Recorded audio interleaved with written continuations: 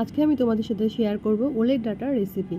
তো হ্যালো বন্ধুরা, তোমরা সবাই কেমন আছো? আশা করব যে যেখান থেকে আমার এই ভিডিওটা দেখছো সবাই সুস্থ এবং ভালো আছো। আর আমিও তোমাদের ভালোবাসা ও আশীর্বাদে মোটামুটি ভালোই আছি। আর তো বললাম আগেই যে আজকে আমি কি রান্না করব, তো সেটাই তোমাদের সাথে চলো শেয়ার করি। আর দেখলে ওই যে ওলের ডাটাগুলো আমি ভালো করে কুচিয়ে নিয়েছি আগে। আর এটা কিন্তু আর একটু মোটা করেও কাটা যেত, তো আমার এই টাইপের মানে এরকমভাবে কুচিয়ে খেতে বেশি পছন্দ করি আমি। তো সেই জন্য আমি একটু বেশি কুচিয়ে নিয়েছি। আর তার জন্য নিয়েছি দেখো 2টো শুকনো লঙ্কা ফোড়নে দিয়েছি, আর কিছুটা রসুন আগে থেকে ছাড়িয়ে রেখে থেতো করে রেখেছিলাম। তো রসুনটা একটু ভালো করে ভাজা ভাজা মানে লাল লাল করে একটু ভাজা করে নেব। আর রসুনটা মোটামুটি লাল লাল হয়ে গেলে তারপরে আমি যে কুচানো ওলের ডাঁটাগুলো দিয়ে দেবো। এবার আমি লবণ হলুদ দিয়ে লো ফ্লেমে দিয়ে দেবো। কিছুক্ষণ ঢাকা দেওয়ার পর তুলে ঢাকনা খুলে এবার আমি জোর বাড়িয়ে দেবো লবণ হলুদ দেওয়ার পর। তো ওগুলো তখন আস্তে আস্তে সেদ্ধ হয়ে যাবে। এবার নাড়াচাড়া করে বেশ ভালো ভাজা ভাজা হয়ে যাবে, মানে আলু ভাজার মতো শুকনো শুকনো হয়ে যাবে। তো তখন গরম ভাতের সাথে সার্ভ করবো, ভীষণ সুন্দর লাগে। আর তোমরা একবার খেয়ে দেখো। আর যদি তারপরে কেউ মনে করো একটু শুকনো লঙ্কা দেবে তো দিতে পারো, শুকনো লঙ্কার গুঁড়ো একটু ছড়িয়ে দিলে আরও টেস্টি বেশি হয়, কিংবা গোলমরিচের গুঁড়ো দিতে পারো। তো আমি যেহেতু শুকনো লঙ্কা দিয়েছিলাম তো আমি তোমাদের সাথে সেটাই বললাম। আর এই যে দেখো চলে এসেছিলাম আজকে ছোটদিদের বাড়িতে। আর এই যে দেখছো খেলাম হচ্ছে গোয়ায় থাকে, তো ওই দিদিটাও চলে যাবে। তো সেই জন্য আর কি সবাই একসাথে একটু নিমন্ত্রণ করলো যে ওদের বাড়িতে একসাথে খাবো। আর খাওয়া হয়েছিল রাত্রে, দেখো আমাদের খাওয়া হয়েছিল বাটার পনির। তো দিদি ভীষণ ভালো মানে বানাতে পারে, তো আমাকে বলেছিল যে তোমাকে একদিন বাটার পনির করে খাওয়াবো। আর করেছে হচ্ছে দেশি রুমালি রুটি। তো ওই যে বাড়িতে আর কি ট্রাই করা, তো বেশি বড় হয় না, এটা তো পাতলা পাতলা করে ছোট সাইজেরই করেছে। তো বলছে আমি তো আর করার পিছনে দিয়ে করতে পারবো না, বাড়িতে এতটা হয় না। তো উনি যে দুটো মানে লুচির মতো লেচি করে আর কি মাঝখানে একটু ঘি কিংবা তেল দুটোই দেওয়া যায়, আমি ওটা দেখে শিখে নিলাম, বাড়িতে একদিন ট্রাই করব। তারপরে ওই যে মানে মাঝখানে যেটার মধ্যে তেল দেওয়া হয়েছে, এবার ওটার মধ্যে আরেকটা জুড়ে দিল, দিয়ে আবার একটু আটা দিয়ে বেলে নিল। আর এটা কিন্তু আটা দিয়েই হয়েছে, ময়দা কিন্তু নয়। আর ওর সাথে হয়েছিল মানে যে বললো ওটা ছোট ছোট সাইজের রুটির মতো, কিন্তু রুটিটা আবার ছাড়া যাবে মানে ছিঁড়ে, আর তার সাথে ছিল না ফ্রাইড রাইস। তো ওই বাচ্চারা অনেকেই ভালোবাসে ফ্রাইড রাইস আর বাটার পনির, আর যারা আর কি ওই যে তন্দুরি খেতে চায় তো চাইলে মানে খেলো। আর এই যে দেখো আজকে হচ্ছে ফলহারিণী অমাবস্যা, তার জন্য আমাদের কি বাজার করা হয়েছে। দেখো এই যে আজ হচ্ছে ফলহারিণী অমাবস্যা, তো তার জন্য এই যে ফুলগুলো তুলেছি বাড়ি থেকে সকালবেলা উঠে। আর এই যে এখন নিয়ে এসেছে আমাদের তালের শাঁস, প্রসাদ মায়ের ভোগ দেবো, ভোগে দেবো আর কি। আর এই যে 2টো আম নিয়েছি, আর এর মধ্যে আছে লিচু। তো দেখো যে লিচুগুলো এগুলো তো মায়ের ভোগে লাগাবো আজকে। তো দেখো কতটা দেখা যাচ্ছে ভালো জানি না, তো এইগুলো দেবো। আর একটা জিনিস এনেছে, তো সেটা আনতে বলেছিলাম, তারপর মায়ের জন্য এনেছে হচ্ছে একটা মালা, জবা ফুল। দাঁড়ানোর পরে দেখো মায়ের জন্য একটা মালা এনেছে, শুকিয়ে গেছে ফুলগুলো, যদিও বাড়িতে ফুল নেই, মানে জবা ফুল এতটা নেই, তো ওই জন্য একটা মালা কিনে আনতে বলেছে। দেখো এটা হচ্ছে মায়ের জন্য মালা। আরও একটা জিনিস এনেছি, সেটা হচ্ছে সিঁদুরের কৌটো। তো আজকে আমি ফলহারিণী অমাবস্যা উপলক্ষে এটুকুই আয়োজন করেছি। আর চলো প্রসাদ টোসাদ করে কীভাবে পুজোটা দিই সেটাও আস্তে আস্তে তোমাদের সাথে শেয়ার করবো। যেহেতু আজকে ফলহারিণী অমাবস্যা, তো আগে থেকেই জানতাম যে এই কটা থেকে এই কটার মধ্যে লাগবে, তো আমি সেইভাবে সকালবেলা রান্না বান্না করে সমস্ত কাজ সেরে রেডি হয়ে চলে এসেছি ঠাকুর ঘরে।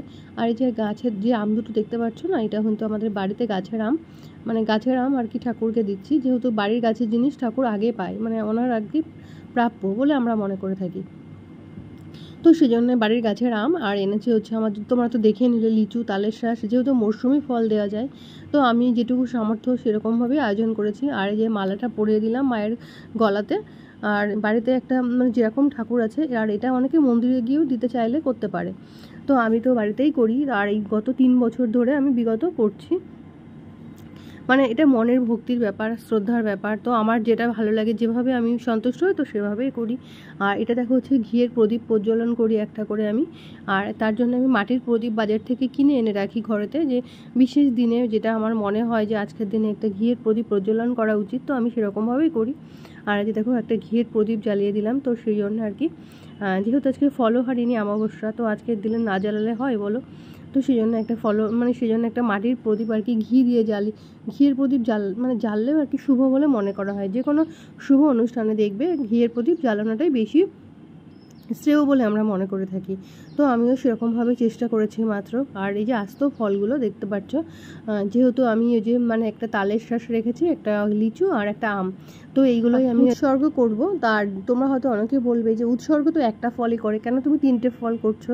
তো ওই যে আমি বললাম না, আমি মানে সেরকমভাবে উৎসর্গ করছি না, কিন্তু ওই যে মায়ের পুজোর দিনে মাকে পুজো দিতে হয়, আমি সেইভাবে করছি। মানে কিছু চেয়ে মা আমার মনের কামনা বাসনা পূর্ণ করো, যার জন্য মানত করা হয়, যে মানে ওটা মনের বাসনা চেয়ে মাকে জানিয়ে কিছু চাই মায়ের কাছ থেকে। তো এরকম আর কি। তো আমি সেরকম কিছু চাইলাম না, আমার মনে হয়েছে মাকে পুজো দেওয়া, মাকে মানে আর কি আজকের দিনে মাকে কিছু মানে উৎসর্গ করা। তো সেরকমভাবে আমি 3টে ফলই করেছি। আর যারা কামনা বাসনা জানিয়ে মায়ের কাছ থেকে কিছু চাও, অবশ্যই যদি বলো তুমি কিছু চাও না, হ্যাঁ আমিও চাই, অবশ্যই চাই, কিন্তু মানে এরকম মানত করে নয়, মানে আমি ঠিক এটা মানত করে নিতে চাইনি। মা খুশি হয়ে যা দেবে তাতে আমি সন্তুষ্ট, এটাই ব্যাপার আর কি। তো সেই জন্য আর কি আমি কোনো ফলই নির্দিষ্ট করে উৎসর্গ করিনি।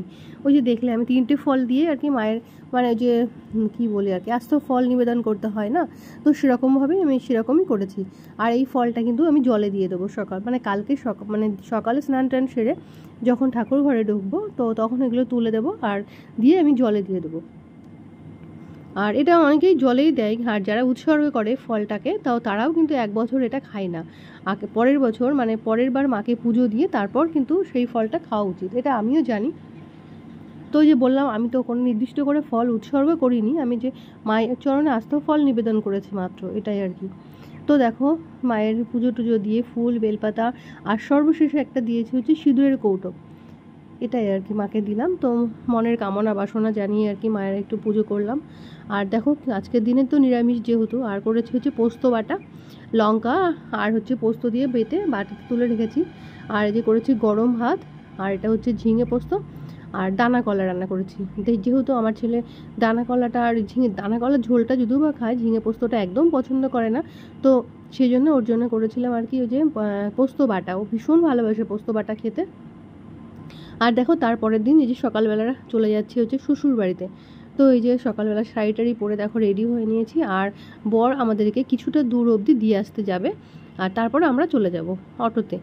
ঠিক আছে, তো সেই জন্য দেখো এই যে বরের সাথে যাচ্ছি, কিছুটা খানিকটা আমাদেরকে এগিয়ে দেবে, আর কিছুটা আমরা একাই চলে যাব, আমি আর ছেলে।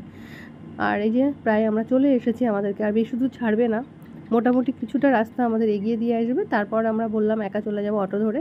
আর যাওয়ার পথে আমাদের একটা ছোট্ট বাঙর আছে, তো ওই বাঙরটা পার হয়ে চলে যাব আজকে।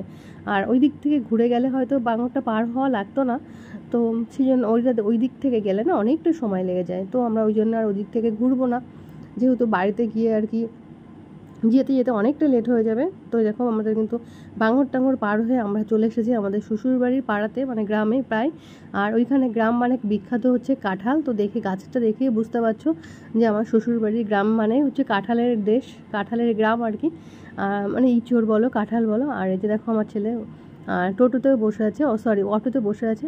আর এই যে আমি কিন্তু দাঁড়িয়ে আছে, আর পেছন দিকে দেখতে পাচ্ছিলে সেই ছোট্ট বাঙরটা মানে দাঁড়িয়ে আছে, যেহেতু ছাড়ার টাইম হয়নি, ছাড়লেই যাব। এটা হচ্ছে আমার শ্বশুরবাড়ি গ্রাম, আর ওই দেখো এটা হচ্ছে বাঙর। তো এটা পার হয়ে চলে আসলাম আমরা। তো আজকের ভিডিও আমার এতটুকুই।